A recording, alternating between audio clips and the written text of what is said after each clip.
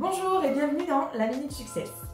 Aujourd'hui, je vous propose une capsule en deux parties. Vous pourrez retrouver la deuxième partie la semaine prochaine. Alors, notre sujet du jour est intitulé « Adopter un comportement d'entrepreneur ». Nous sommes toujours dans cette période de confinement liée à la crise du Covid-19 et personne ne sait vraiment combien de temps la crise va durer et quels sont les impacts réels qu'elle aura, particulièrement sur l'économie et les entreprises. Et c'est dans cette atmosphère assez lourde que je vous parle d'adopter un comportement d'entrepreneur. Mais qu'est-ce que ça veut dire? Alors, l'une des caractéristiques d'un entrepreneur est celle d'être un visionnaire. Donc, pour la plupart, l'entrepreneur est celui qui voit ce que quelqu'un d'autre ne voit pas. C'est-à-dire qu'il est capable d'anticiper, de voir quelque chose qui n'existe pas encore. Et dans cette crise, que nous faut-il voir? Il nous faut voir l'après.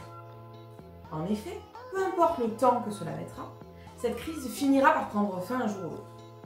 Et ceux qui tireront leurs épingles du jeu à ce moment-là seront ceux qui auront été visionnaires.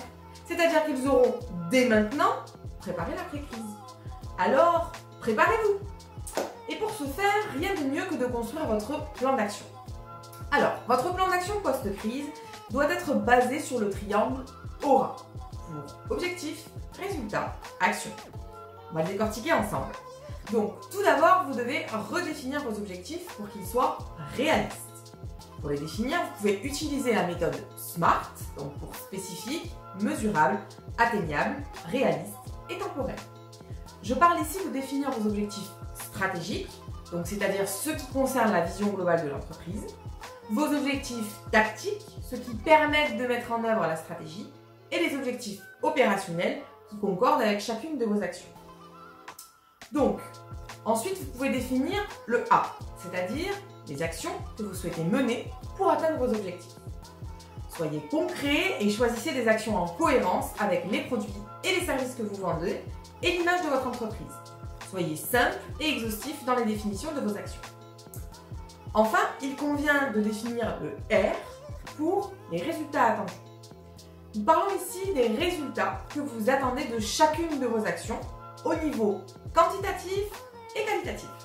C'est évidemment sur ce pilier que vous implémenterez les résultats réalisés. Voilà, les bases de votre plan d'action sont maintenant posées.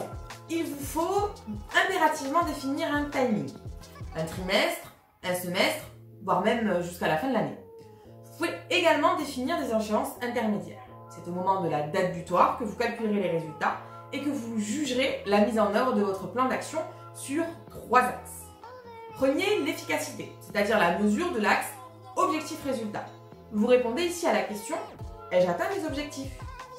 Le numéro 2, c'est l'efficience. Nous mesurons ici le rapport entre les actions et les résultats, c'est-à-dire à quels résultats ont mené les actions. Et enfin, le numéro 3, la pertinence, qui mesure, elle, le rapport entre les objectifs et les actions. C'est-à-dire, les actions que j'ai menées sont-elles en cohérence avec les objectifs que j'ai fixés. Vous pourrez ainsi ajuster votre plan d'action en fonction de votre réalité. Choisir de travailler aujourd'hui sur votre plan d'action, c'est se positionner en tant qu'entrepreneur, c'est-à-dire en tant que visionnaire de ce que vous pourrez et où vous voudrez faire demain.